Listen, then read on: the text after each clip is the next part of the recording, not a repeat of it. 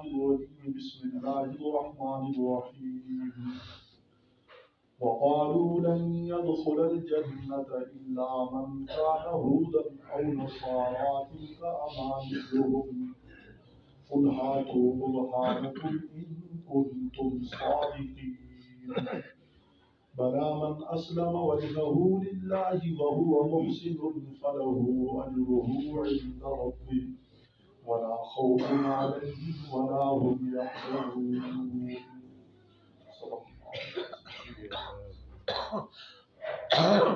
وقالوا لن يدخل الجنة إلا من كان هودا أو نصارى اور کہنے لگے یہود و نصارہ کہ ہرگز جنت میں کوئی داخل نہیں ہوگا مگر وہی جو یہودی ہوا یا نصرانی ہوا، یعنی یہود نے اپنے بارے میں دعویٰ کیا اور نصارہ نے اپنے بارے میں دعویٰ کیا۔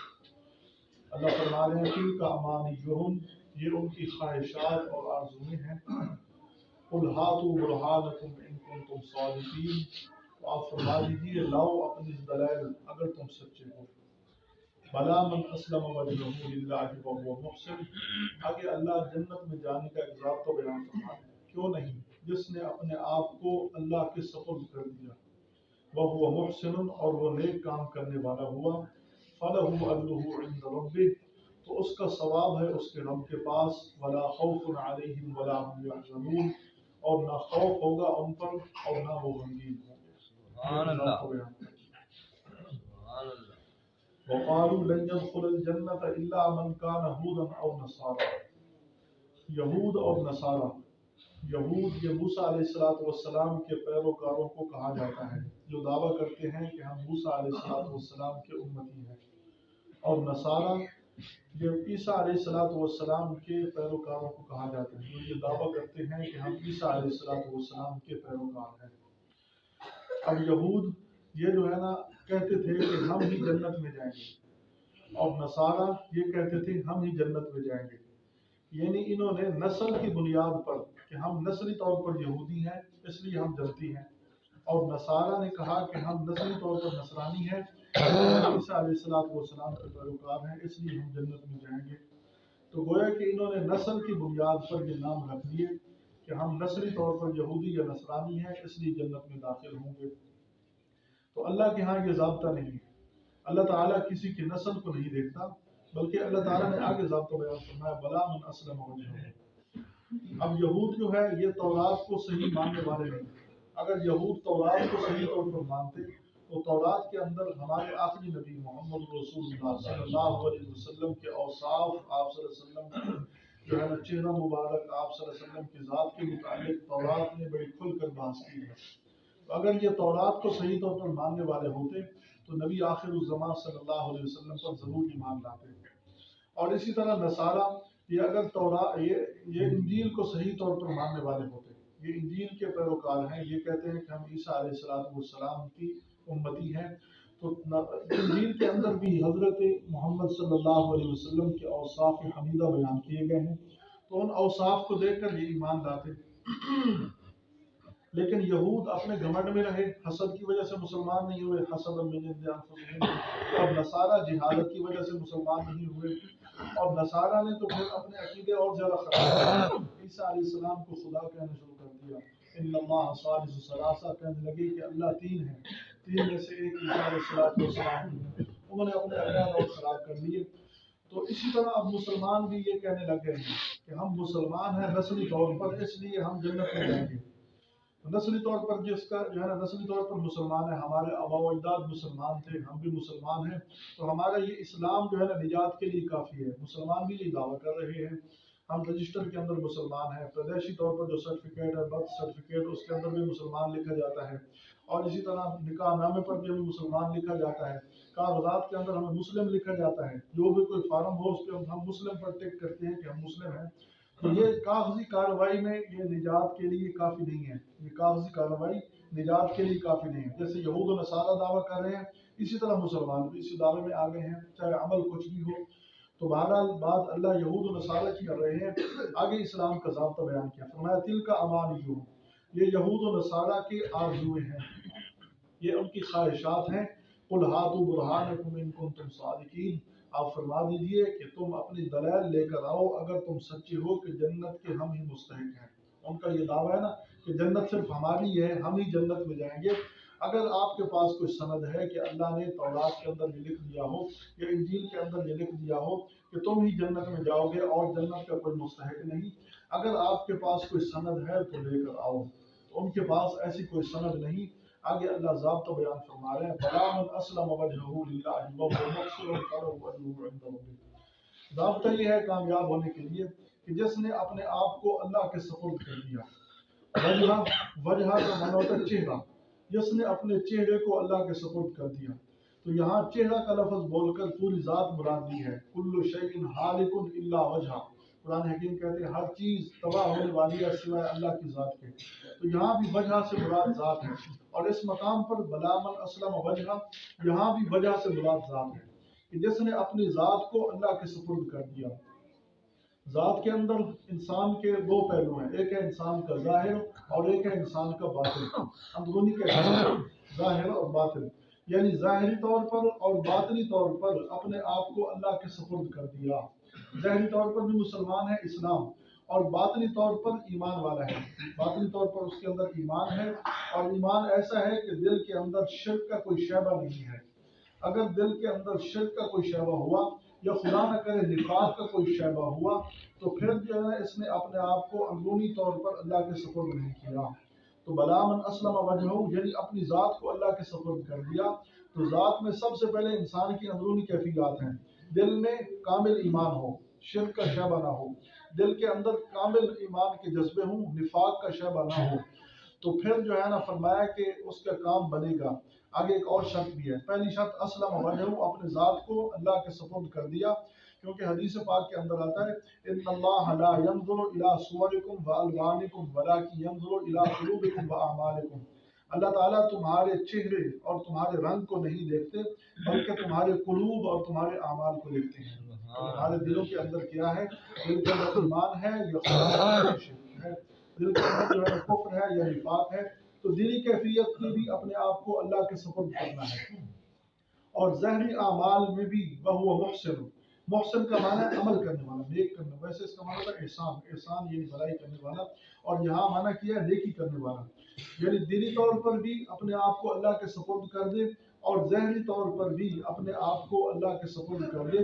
یعنی ظاہری طور پر بھی اعمال کا پابند ہو، اور اعمال کی قبولیت کے لیے دل کے اندر نیت کی اصلاح ضروری ہے.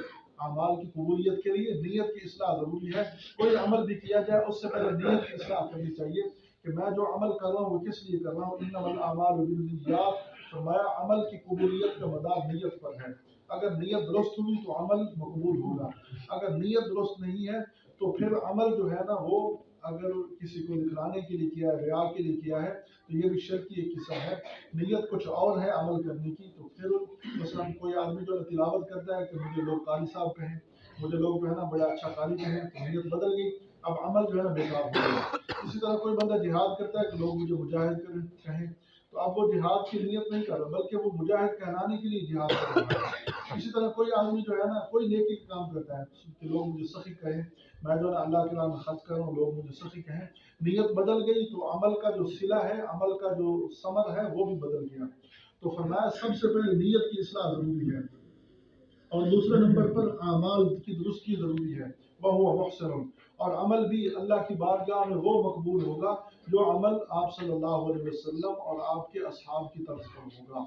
عمل اپنی مرضی سے کرے گا جس کا دین کے ساتھ، اسلام کے ساتھ کوئی ٹکراؤ ہوگا، تعلق نہیں ہوگا، تو پھر جتنی بڑی ریاضت ہو، جتنی بڑی عبادت ہو، اللہ کے بارگاہ میں مقبول نہیں ہوگی.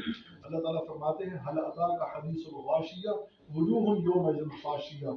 غاشیہ کے بارے میں کو بتلا دو، اس دن کئی چہرے خشوع والے، ان کے چہروں پر بڑے بڑے جو نشانات ہوں گے.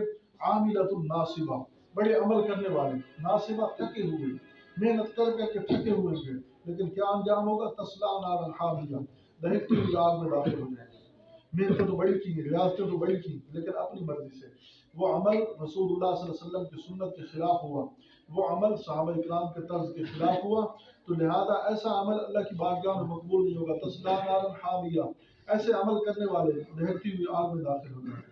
تو معلوم ہوا کہ عمل جو ہے نا وہ مقبول ہوگا جو اللہ کے رسول صلی اللہ علیہ وآلہ وسلم کے طرز کے مطابق ہوگا، آپ صلی اللہ علیہ وسلم کی سنت کے مطابق ہوگا، وہ عمل مقبول ہوگا، چاہے وہ چھوٹا سا عمل بھی ہو۔ چھوٹا سا عمل انسان سنت کی طرح کرے، سنت پر عمل کرتے ہوئے اس کو صحیح طور پر پایا تکمیل پر پہنچائے، تو اللہ تعالیٰ اس پر بہت بڑا اجر و ثواب عطا فرمائیں گے۔ بڑے سے بڑا عمل کر لے لیکن وہ اگر شریعت کے خلاف ہے تو اس کا انجام بہت برا ہوگا۔ تو فرمایا کہ پہلے کام یہ کرنا ہے کہ اپنے آپ کو اللہ کے سپرد کرنا ہے، نیت کی اصلاح کرنی ہے، اندر صاف کرنا ہے، اور دوسرا نیک اعمال اختیار کرنے ہیں۔ تو گویا کہ یہ بات سامنے آ گئی کہ نجات کا مدار جو ہے نا وہ انسان کا نسب نہیں ہے، کہ نسبی طور پر کوئی یہودی ہو، نسبی طور پر کوئی نصرانی ہو، نسبی طور پر کوئی مسلمان ہو، نہیں، نجات کا مدار یہ نہیں، بلکہ نجات کا مدار جو ہے نا وہ انسان کا اکساب ہے، انسان کی کمائی ہے، انسان کا عمل ہے، انسان کے جو ہے نا اندر کی اصلاح، اور اسی طرح باطنی ظاہری طور پر اعمال کی پابندی ہے۔ یہ فرقہ بندی یہ جو ہے نا کافی نہیں ہے۔ مثلا کوئی آدمی کہے کہ میرا جو ہے نا کسی اچھے فرقے سے تعلق ہے اس لیے میں کامیاب ہو جاؤں گا، مثلا دیوبندی یہ کہے کہ ہم دیوبندی ہیں ہم کامیاب ہو جائیں گے، بریلوی کہے کہ ہم بریلوی ہیں اس لیے کامیاب ہو جائیں گے۔ اسی طرح جو ہے نا چلو اوپر کی بات کر لو، کوئی کہتا ہے کہ ہم حنفی ہیں اس لیے کامیاب ہو جائیں گے، کوئی کہتا ہے ہم شافی ہیں اس لیے کامیاب ہو جائیں گے، کوئی کہے کہ ہم جو ہے نا حنبلی ہیں اس لیے کامیاب ہو جائیں گے، اور کوئی کہے کہ جو ہے نا ہم کسی اور مسلک پر جو ہے نا عمل کر رہے ہیں، مالکی ہیں تو ہم کامیاب ہو جائیں گے۔ ایسا کافی نہیں ہے، بلکہ نجات کا مدار وہ انسان کے اندر کی اصلاح اور انسان کے جو ہے نا ذہنی طور پر اعمال کی درستگی ہے، یہ نجات ہے۔ ہاں جب اندر کی اصلاح ہے، ذہنی طور پر جو ہے نا اعمال درست ہیں، پھر جو ہے نا یہ فرقے پھر بعد میں جو ہے نا انسان کو اگر صحیح فرقے کے ساتھ منسلک ہے تو پھر ہم یوں کہہ سکتے ہیں کہ یہ کامیاب ہے، تو اس نے اس فرقے کے ساتھ اپنے آپ کو منحصر کیا ہوا ہے۔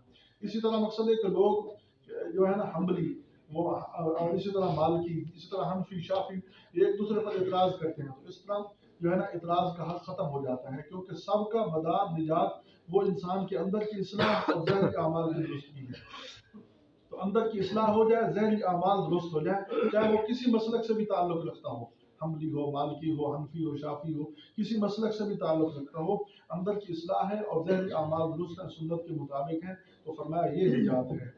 باقی جو ہے نا فرمایا بلا من اسلم وجہہ، اپنے آپ کو اللہ کے سپرد کر دیا، وہ محسن اور نیک کام کرنے والا ہے، فرمایا فلہ اجرہ عند ربہ، فرمایا اس کا اجر ہے اس کے رب کے نزدیک، ولا خوف علیہم ولا هم يحزنون، اور فرمایا نہ ان پر قیامت کے دن کوئی خوف ہوگا اور نہ ہی وہ غمگین ہوں گے۔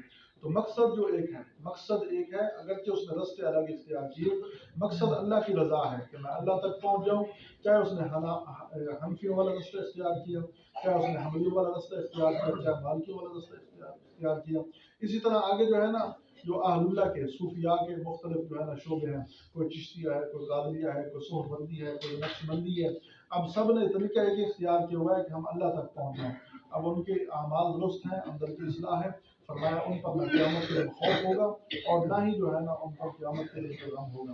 اگر خدا نہ خاصہ عقیدہ خراب ہوا، فرمایا لا یقدرون مما کسبوا علی شیء، جو انہوں نے کمایا اس کی کوئی قدر نہیں کی جائے گی، اللہ تعالیٰ کے ہاں اس کی کوئی قدر نہیں ہوگی، اللہ کے ہاں ان کے اعمال کا کوئی صلہ نہیں ہوگا۔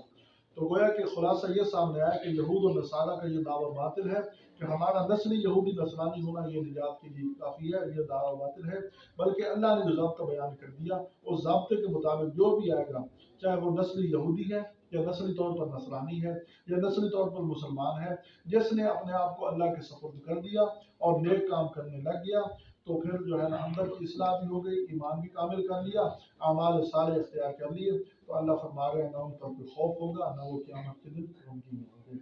اللہ تعالیٰ کامل